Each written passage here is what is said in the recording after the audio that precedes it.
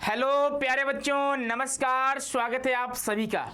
तो जिन बच्चों का सपना है आरआई में पढ़ने का, या फिर चाहे आपका आरआई भोपाल हो या फिर आरआई अजमेर हो, तो कुछ बातें जो है आप सभी को पता होनी चाहिए, जो सीक्रेट है। बहुत सारे बच्चों को नहीं पता होता इसके बारे में, जहां तक कि बच्चे उनके नोटिफिकेशन में भी नहीं बताया गया है कि इस तरह से हमारे यहाँ सिलेक्शन होती है। ठीक है, तो चलिए हम लोग बात करेंगे वीडियो में डिटेल में कि अगर आप लोगों का ड्रीम है आरआई में जाना, तो आरआई में कम नंबर में भी कैसे एडमिशन हो सकता है, क्या चांसेस है एडमिशन हो जाने का। ठीक है, तो स्वागत है आप सभी का। जो बच्चे नए होंगे चैनल पे, चैनल को सब्सक्राइब कर लीजिएगा, बेल आइकन को जरूर प्रेस कर लीजिएगा। ठीक है, और एक आपके मन में दुविधा चल रही है ना, परेशानी चल रही है, सर रिजल्ट कब आएगा, रिजल्ट कब आएगा।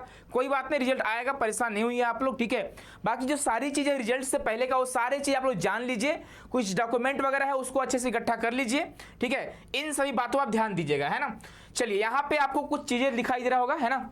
चलो भाई, तो हम इसको पढ़ते हैं पहले क्या चीज है। यहाँ का cut off NCET total marks plus choose subject का ऐड करके बनता है। यहाँ का मतलब क्या है बच्चे, यह जो बात किया जा रहा है, यह आरआई भोपाल के बारे में बात करा जा रहा है। ठीक है, कि भोपाल की जो कट ऑफ होती है आरआई भोपाल किस तरह से बनती है। तो टोटल आपके एनटीए द्वारा जो स्कोर दी जाती है वो, अब प्लस में जो आप मेजर सब्जेक्ट लेना चाहते हो उसका भी नंबर काउंट होकर आपका कट ऑफ बनता है। तो जैसे मान लो किसी बच्चे का, ये पॉलिटिकल साइंस में अगर मान लो उस बच्चे का 90 नंबर है, ठीक है, और अगर मान लो हिस्ट्री में उस बच्चे का अगर मानते हैं 60 नंबर है, तो आपको क्या मेजर लेना चाहिए। जाहिर सी बात है कि जिसमें आपका ज्यादा मार्क्स है उसे आपको एज ए मेजर लेना है। ठीक है, तो पॉलिटिकल साइंस को अगर आप मेजर लेते हो तो ज्यादा चांस रहेगा आपके एडमिशन होने का। ठीक है, आगे पढ़ोगे।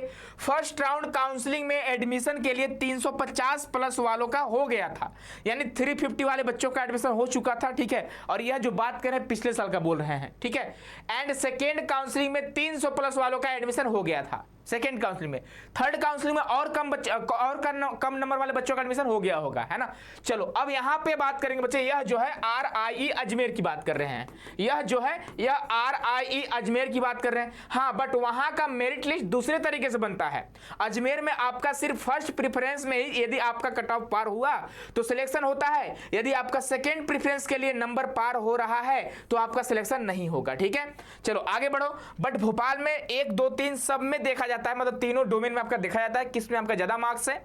लेकिन अजमेर में ऐसा नहीं देखा जाता है। ठीक है, जो आप मेजर लेना चाहोगे अगर उस पर आप आते हो तो ठीक है, अगर नहीं आते हो तो आप अगला मेजर आप चेंज नहीं कर सकते हो, है ना। या फिर और आपका दूसरा मेजर नहीं देखा जाएगा, आपका बस एक ही मेजर देखा जाएगा। ठीक है, लेकिन भोपाल में ऐसा नहीं, भोपाल में तीनों देखेंगे कि आपका मार्क्स किस में ज्यादा है ना। उसके आगे जाता है आपका किस प्रेफरेंस में नंबर हो रहा है। यदि सब प्रेफरेंस में नंबर हो गया तो तीनों प्रेफरेंस में आपका सिलेक्शन हो जाएगा। फिर काउंसलिंग के टाइम पे आपका जो मन, आप वो सब्जेक्ट को मेजर ले सकते हैं। लेकिन अजमेर में ऐसा नहीं है। अजमेर में आपको क्या करना होगा कि आपको जिस सब्जेक्ट में आपके मैक्सिमम मार्क्स होंगे आप उसी को एज ए डोमेन लीजिएगा, तब हाई चांसेस रहेंगे एडमिशन होने का।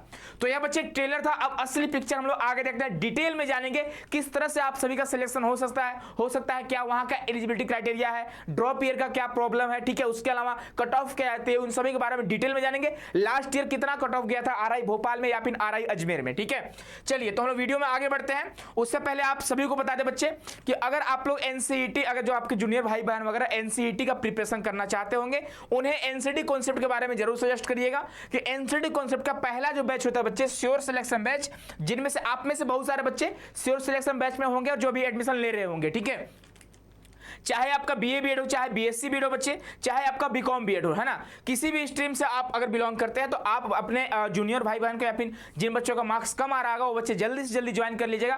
फर्स्ट ऑफ जुलाई से क्लासेस वगैरह स्टार्ट हो रही है। ठीक है, यहाँ पे क्लासेस का फीचर वगैरह दिया गया है। अभी आपका डिस्काउंट चल रहा है 40% का, लेकिन 30 जून के बाद 40% का डिस्काउंट खत्म हो जाएगा, एंड हो जाएगा। ठीक है, तो इस बात का ध्यान रखिएगा।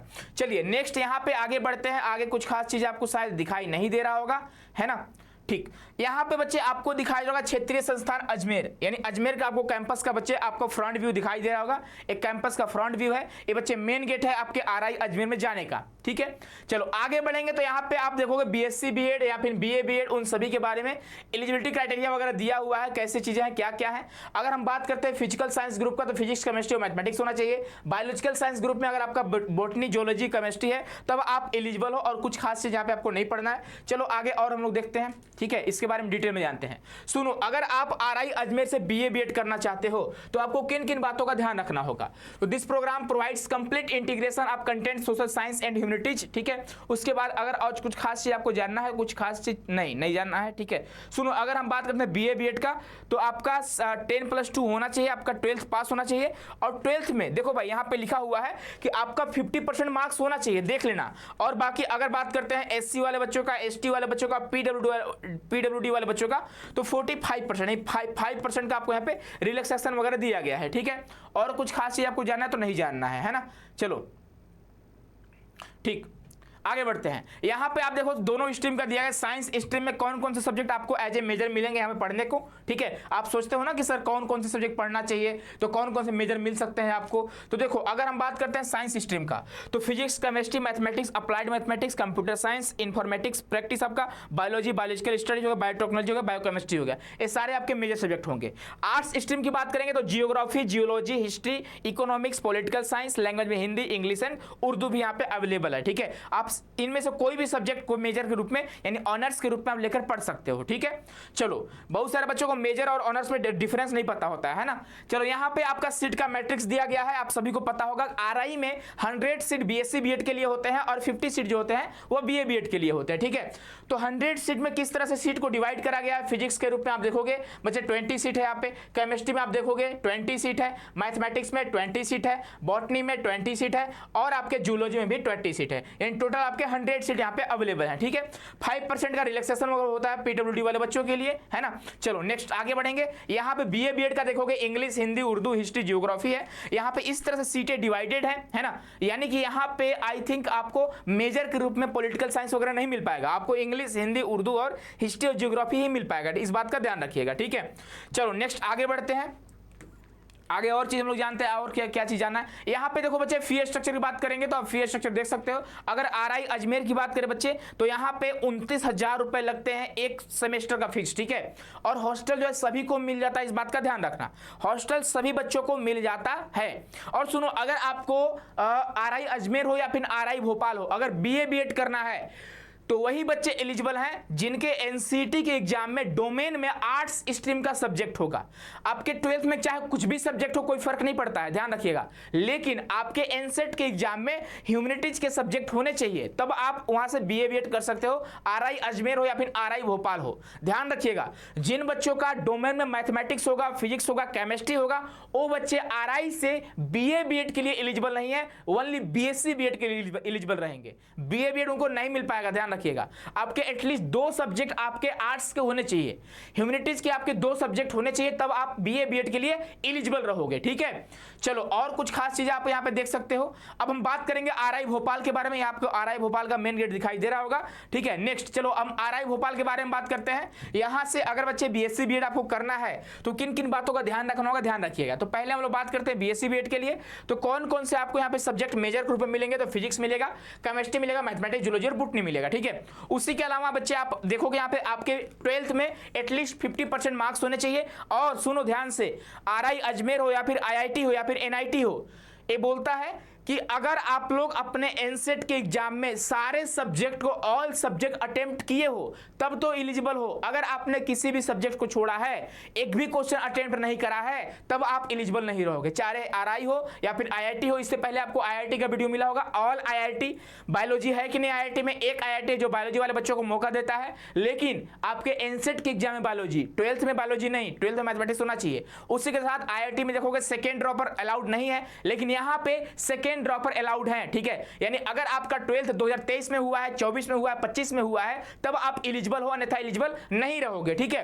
और यहाँ पे देखो इन्होंने बोला है क्लास 12 में आपके सारे सब्जेक्ट होने चाहिए, तभी आप एलिजिबल रहोगे, चाहे मैथमेटिक्स हो, चाहे जियोलॉजी हो, चाहे बॉटनी हो, तब आप एलिजिबल रहोगे। और एनसेट के एग्जाम में भी आपका ये सारे सब्जेक्ट होने चाहिए, ठीक है। चलो नेक्स्ट आगे बढ़ेंगे हम लोग। आगे कुछ और खास चीज आपको जानने हैं, है ना। जो मैं आपको बताने वाला हूं। यहां पे आपके एटलीस्ट 12th में 50% मार्क्स होने चाहिए। उसके अलावा क्लास 12th में आपका फिजिक्स केमिस्ट्री मैथमेटिक्स या जूलॉजी या बॉटनी होने चाहिए। उसी के साथ आपके एनसेट के एग्जाम में फिजिक्स केमिस्ट्री सारे सब्जेक्ट होने चाहिए, तब आप एलिजिबल रहोगे। उसके साथ यहां पे आपको दिखाई दे रहा होगा कि अगर हम बात करते हैं ड्रॉप ईयर का, तो आईआईटी में तो ये बच्चे एलिजिबल नहीं है। 2023 वाले बच्चे नॉट एलिजिबल फॉर आईआईटी, लेकिन आरआई में एलिजिबल हो, ध्यान रखना। तो आरआई के लिए या फिर 2023 में आपका 12th हुआ हो, चाहे 2024 में हुआ हो, चाहे 2025 में हुआ हो, आप एलिजिबल रहोगे। ठीक है, यह जो है बच्चे आपका जो ड्रॉप के बारे में बात करा गया, आरआई के बारे में बात करा, न कि आईआईटी के बारे में बात करा गया है। ठीक है, तो चलो भाई सेकेंड ड्रॉपर अलाउड है आरआई में। चलो नेक्स्ट आगे बढ़ेंगे। यहाँ पे आपको कौन कौन से सब्जेक्ट मिलेंगे, तो इंग्लिश मिलेगा, हिंदी मिलेगा, Gujarati, Marathi, Urdu, history, political science, geography and economics. ये सारे सब्जेक्ट आपको मेजर के रूप में मिल सकते हैं, चाहे आप जो भी चाहोगे। उसी के अलावा देखो, आप चाहोगे तो आपके क्लास 12th में अगर आपको मेजर लेना है तो क्लास 12th में वो सब्जेक्ट होने चाहिए। उसी के साथ आप लोगों ने एनसेट के एग्जाम में उस सब्जेक्ट को लिए होंगे। जैसे मान लो पॉलिटिकल आपको मेजर लेना है, तो पॉलिटिकल आपके क्लास 12th में भी होना चाहिए, और क्या बोलते हैं, आपके एनसेट के एग्जाम में भी होना चाहिए, इन्होंने बताया हुआ है। ठीक है, the student who have passed class 12th having English, Hindi, Gujarati, Marathi, Urdu, history, political science, geography and economics in the combination of subject are eligible to apply for any of the above disciplinary major. अगर आपके 12th में है तब आप eligible रहोगे। जैसे बोलोगे sir मेरे तो पॉलिटिकल नहीं है, आप बोले हो कि एनसेट के एग्जाम में पॉलिटिकल होगा, तो आप एलिजिबल हो, नहीं एलिजिबल हो, नहीं एलिजिबल हो। ठीक है, आप जैसे मान लो 12th में आप लोग हिंदी पढ़ा होगा, अगर एनसेट के एग्जाम में हिंदी दिए हो तब आप हिंदी से यहां से बीए कर सकते हो। इंग्लिश अगर आपको क्लास 12th में होगा, एनसेट के एग्जाम में इंग्लिश दिए होंगे, तो अब आप इंग्लिश से बीए कर सकते हो। पॉलिटिकल के लिए आपके 12th में भी पॉलिटिकल साइंस होना चाहिए और आपके एनसेट के एग्जाम में भी पॉलिटिकल साइंस होना चाहिए, तब आप मेजर सब्जेक्ट ले सकते हो, जैसा इन्होंने बताया हुआ है। ठीक है, चलो यहां पे और आगे देखो भाई, आपका 50% होना चाहिए 12th में। नेक्स्ट अगर आगे बात करेंगे बच्चे सीट मैट्रिक्स का, तो इस तरह से आपका सीट जो डिवाइडेड है। 100 सीट बीएससी बीएड के लिए है। आप देख सकते हो फिजिक्स में आपके 20 सीट 20 हैं, फिजिक्स 20, केमिस्ट्री 20, बॉटनी 20, जियोलॉजी 20 और केमिस्ट्री 20। ठीक है, देख लेना। और आगे बढ़ेंगे यहाँ पे हम लोग, और आगे बढ़ो तो यहाँ पे बीए बीएड के सीट के बारे में बताया गया है। सबसे ज्यादा जो सीट आपको देखने को मिल रहा होगा बच्चे, वह आपको Urdu, history, political science, geography, economics में मिल रहा होगा। भाई कहाँ बहुत ज्यादा सीट है, नहीं है सीट, है ना। ठीक है, चलो तो देखो भाई, इंग्लिश लिटरेचर में 3 सीट, जनरल का ओबीसी का 2 सीट, टोटल आपके 7 सीट है। इस तरह से सीटें आपके डिवाइड है, बहुत कम सीट है, ध्यान रखिएगा। चलो नेक्स्ट आगे बढ़ते हैं। यहाँ पे और कुछ चीजें आपको जाननी है। ठीक है, देख लो भाई, कौन कौन से सब्जेक्ट आपके अपीयर होने चाहिए। ये सारे सब्जेक्ट अपीयर होना चाहिए, सेम टू सेम देख लिए। 2023, 24, 25 में आप एग्जाम दिए 12th का, तब आप एलिजिबल रहोगे। ठीक है, अगर रिजर्वेशन आप सीट की बात करेंगे, पढ़ सकते हो आप लोग। देखो ईडब्ल्यूएस हो या फिर ओबीसी हो, आपके 2023 के बाद का चलेगा। ठीक है, लेकिन यह जो नोटिस पुराना नोटिस है, अभी आपके 2025 के बाद का होना चाहिए। ठीक है, चलिए तो प्रोसीजर ऑफ सिलेक्शन, यहाँ पे आप देखोगे सिलेक्शन प्रोसीजर के बारे में बात करा है इन्होंने। अब अगर हम बात करते हैं तो यहाँ भी देख सकते हो सिलेक्शन प्रोसीजर, देखो क्या लिखा हुआ है इन्होंने। As per the previous admission procedure the registered candidate of ITP, BA, BEd, BSc, BEd first semester for the session will be selected as per the merit, है ना। The merit of the individual candidates will be decided by adding the score of specific subject as major, है ना, यानी major subject का आपका marks जुड़ेगा, और उसके अलावा to the total score of NCT 2025, total score भी आपका जुड़ेगा, और दोनों के बेसिस पर आपका कट ऑफ बनेगा। Separate merit list for each major subject will be prepared, the candidate must have appeared the subject. ठीक है, कुल मिलाकर समझिएगा, है ना। इस तरह से आपका कट ऑफ बनती है। ये आपका फी स्ट्रक्चर है, आप देख सकते हो। इस पर आपको डिटेल वीडियो पहले ही मिल चुकी है आपको, है ना। तो जाकर अगर आपको आरआई भोपाल या फिर आरआई अजमेर के बारे में डिटेल में जानना है, तो इससे पहले भी आपको वीडियो मिल चुका है। ठीक है, चलो तो बच्चे यही था आपका आरआई भोपाल के और आरआई अजमेर के बारे में बताने का आपको, है ना, कि जिस सब्जेक्ट में आपके सबसे ज्यादा मार्क्स है आप उसी को एज ए मेजर लेना, तो हाई चांसेस रहेंगे बच्चे कि आपका एडमिशन पॉसिबल हो सकता है। ठीक है, तो आई होप कि चीजें आपको समझ में आ चुकी होंगी। बाकी आप सभी से गुजारिश है, ठीक है, कि आप सभी लोग जरूर अपने जूनियर को या फिर अपने भाई बहन को एनसीटी कॉन्स्टेंट के बारे में सजेस्ट करिएगा। और कुछ चीज़ें आपको जाननी होगी तो ये जान लेना, हॉस्टल सभी को मिल जाती है। और अगर आपको कास्ट सर्टिफिकेट बनाना है तो सेंट्रल लेवल का बनाना होगा। और अगर स्कॉलरशिप की बात करेंगे, स्कॉलरशिप भी मिलता है। ठीक है, आरआई में स्कॉलरशिप मिलता है। अगर आप अजमेर से हो, आरआई अजमेर में पढ़ रहे हो, तो आपको राजस्थान सरकार देगी स्कॉलरशिप। ठीक है, राजस्थान गवर्नमेंट देगी। और यदि आप भोपाल से हो, ठीक है, और आरआई भोपाल में पढ़ रहे हो, तो आपको भोपाल सरकार देगी। लेकिन अदर स्टेट से जाकर पढ़ रहे हो आप, तो आपको बच्चे एनसीईआरटी आपको क्या करती है, जो स्कॉलरशिप देती है ना। उसके अलावा और क्या चीजें आपको जाननी है, तो ऑल स्टेट के स्टूडेंट एलिजिबल है आरआई भोपाल और आरआई अजमेर के लिए। ठीक है, बहुत सारे बच्चे के मन में कंफ्यूजन होता है, पुराने नोटिस को देखकर ओल्ड नोटिस को आप देख लेते हो, फिर कंफ्यूज हो जाते हो। ठीक है, तो आप चाहे दुनिया में भारत में किसी भी कोने से होंगे, आप आरआई भोपाल या फिर आरआई अजमेर में जा सकते हो। ठीक है भाई, यहाँ पे आपको कट ऑफ के बारे में बता रहे थे, कट ऑफ कहाँ गया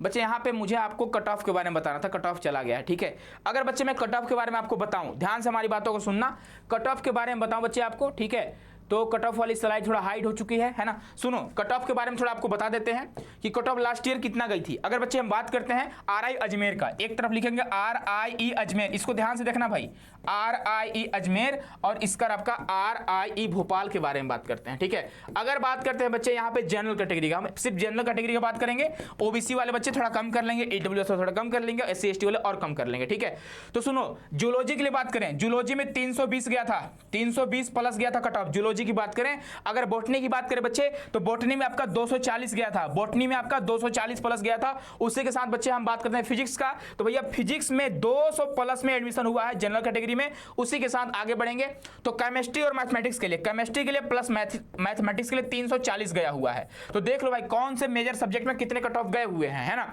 ये लास्ट ईयर कट ऑफ रहे हैं। और यदि हम आरआई भोपाल की बात करते हैं तो 350 प्लस जो है बच्चे वो फर्स्ट राउंड का कट ऑफ है, और 300 आपका जो है बच्चे वो सेकेंड राउंड का कट ऑफ है, और थर्ड राउंड भी आया था इसका, तो और बच्चे और भी कट ऑफ कम गया था। तो इस तरह से आपके कट ऑफ रहते हैं, तो ज्यादा हाई कट ऑफ नहीं रहता है। लेकिन इस बार बच्चे कट ऑफ हाई रहेगा, क्योंकि इससे पहले साल बच्चे को उतना एनसीटी के बारे में नहीं पता था, और आप सभी को पता होगा कम बच्चे ने एग्जाम दिया था, कम बच्चे एडमिशन लिए हुए थे। इस बार बच्चों की संख्या ज्यादा है, और बच्चों की संख्या के ज्यादा के वजह से क्या होता है, यहाँ पे कट ऑफ हाई हो जाती है, लेकिन कट ऑफ लो भी होती है। क्यों लो? इसलिए होती है ना कि बहुत सारे बच्चे छट जाते हैं यहाँ पे। क्यों छटते हैं? क्योंकि वो अपने एलिजिबिलिटी को पूरा कर ही नहीं रहे होते हैं, एलिजिबल ही नहीं होते हैं, जिसकी वजह से बच्चे छट जाते हैं। ठीक है, तो आई होप कि चीजें आपको समझ में आ चुकी होंगी। तो चलिए मिलते हैं बच्चे नेक्स्ट वीडियो में। खुश रहना, मस्त रहना, स्वस्थ रहना, और रिजल्ट का थोड़ा वेट और कर लीजिए, हो सकता है रिजल्ट आजकल में आ जाए, परेशान नहीं होना आप लोग। चलिए, बहुत बहुत धन्यवाद आप सभी का।